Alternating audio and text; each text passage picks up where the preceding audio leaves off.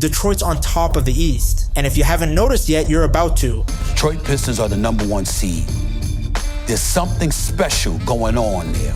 I'm worried about the Detroit Pistons, but not in the way you might expect. I'm worried because they're good, and if you've been sleeping on them, the rest of the league is about to get an unpleasant wake-up call. This isn't a fluky stretch. It's not a hot shooting week that disappears the second the schedule tightens. It's a team that's been built with intention, clear strengths, stars that actually complement each other, and a style of basketball that translates, even in the regular season and when possessions get tight. So yeah, I'm worried for anyone who has to line up across from them, and we need to say it plainly right up front. Detroit is sitting at the top of the Eastern Conference. That sentence used to sound like something you'd only read in a what-if thread or a wild preseason prediction. Now it's reality, and when you look under the hood, there are 3 foundational reasons why this team doesn't feel like it's going away anytime soon. 1, the balance in their team-wide performance on both ends, in the numbers that tend to predict real winning. 2, the emergence of a legitimate star duo built around Cade Cunningham and Jalen Duren. 3, a tough, consistent culture, coaching, role definition, and depth that makes their success repeatable. Let's go through it. If you've watched the NBA long enough, you know the pattern. Sometimes a team gets out to a surprising start, people panic, headlines explode,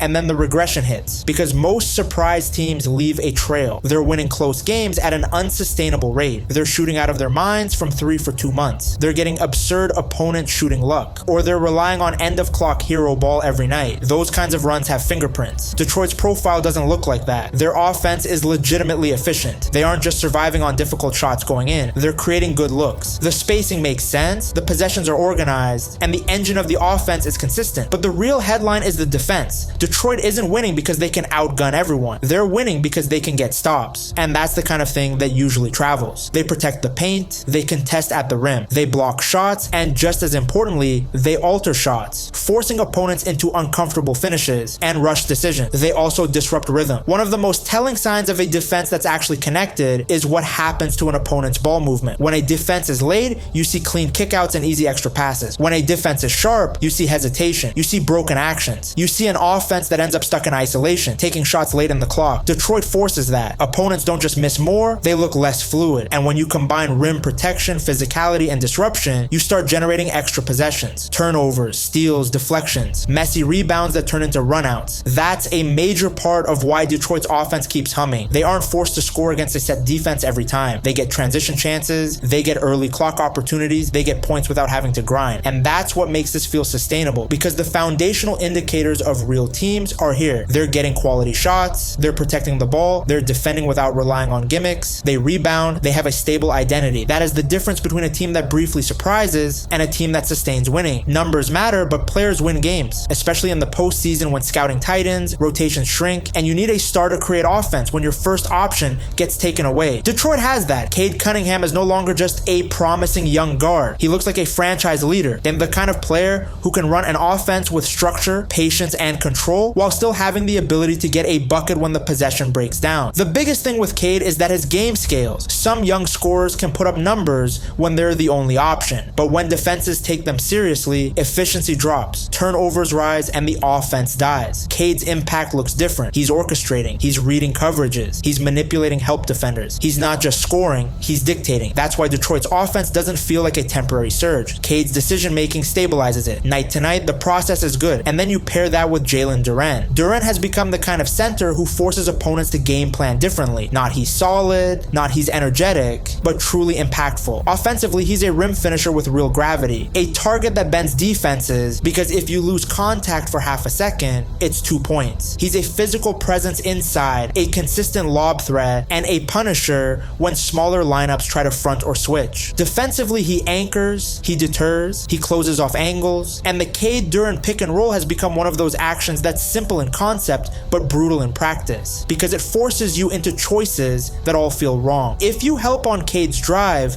Duren has a clean lane for a lob or dump off. If you stay glued to Duren, Cade gets the space to get downhill or pull up. If you switch, you risk Cade hunting mismatches or Duren sealing deep. Pick your poison. And that's the terrifying part. It's not complicated. It's fundamental basketball executed at a high level. Even scarier, both of them are young. This isn't a veteran team squeezing one perfect season out of a narrow window. This looks like the start of a rise. Cade is still building his prime. Duren is still developing his full two-way package. So when people ask, is this real? The more important question might be, if this is already real, what does it look like once they're even better? But here's where Detroit separates itself from a lot of teams that have 2 stars. We've seen this story before. A pair of high-level players surrounded by pieces that don't fit. No defensive spine, no shooting, no creation beyond the top 2, no lineup flexibility. Detroit has avoided that. They've built something that actually makes sense around their core. You look at the role players and you see purpose. Ozar Thompson is a perfect example. He's become a high-impact defender. Not just he tries hard, but genuinely disruptive. Length, instincts, effort, and the ability to guard multiple types of players. He can change possessions without needing the ball. His offensive game may still be developing, but on a team with creators already established, that defensive value becomes even more important. Then you get to Isaiah Stewart. Stewart gives Detroit something that contenders value: continuity. When Duren goes to the bench, the identity doesn't collapse. You don't suddenly become soft at the rim or lose the rebound battle. Stewart keeps the edge. In a long season, that matters. In a playoff series, it matters even more. And then there are the supporting pieces that fill the gaps around the stars. Spacing matters around Cade. Bench creation matters when he sits. Veteran stability matters when a team gets punched in the mouth on the road. Detroit's rotation includes players who address those needs, shooters who keep defenses honest, secondary creators who can get you through non-Cade minutes, and experienced options who don't get rattled when the game becomes ugly. The key isn't just talent, it's fit. They're not asking role players to be something they're not. They're asking them to amplify what the team already wants to be: physical, connected, defensively consistent, smart enough offensively to play off Cade. And that brings us to the glue: the coaching. JB Bicker's staff has installed a clear identity. It's not cute basketball. It's not flashy for highlights. It's the kind of system that wins when you aren't at your best. Defend hard, rotate together, compete every night, earn minutes with effort and execution. That last part, earning minutes, matters a lot for young teams, because when a coach sets non-negotiables and actually enforces them, players buy in. The rotation becomes a reward system for doing the right things, and over time that shapes the personality of the roster. Detroit doesn't look like a team surviving on randomness. They look like a team executing a plan, and when the plan is stable, the floor rises. That's what makes them dangerous. So where does this leave us? Detroit is legitimate. The skeptics who pointed to youth or recent history missed what was actually happening.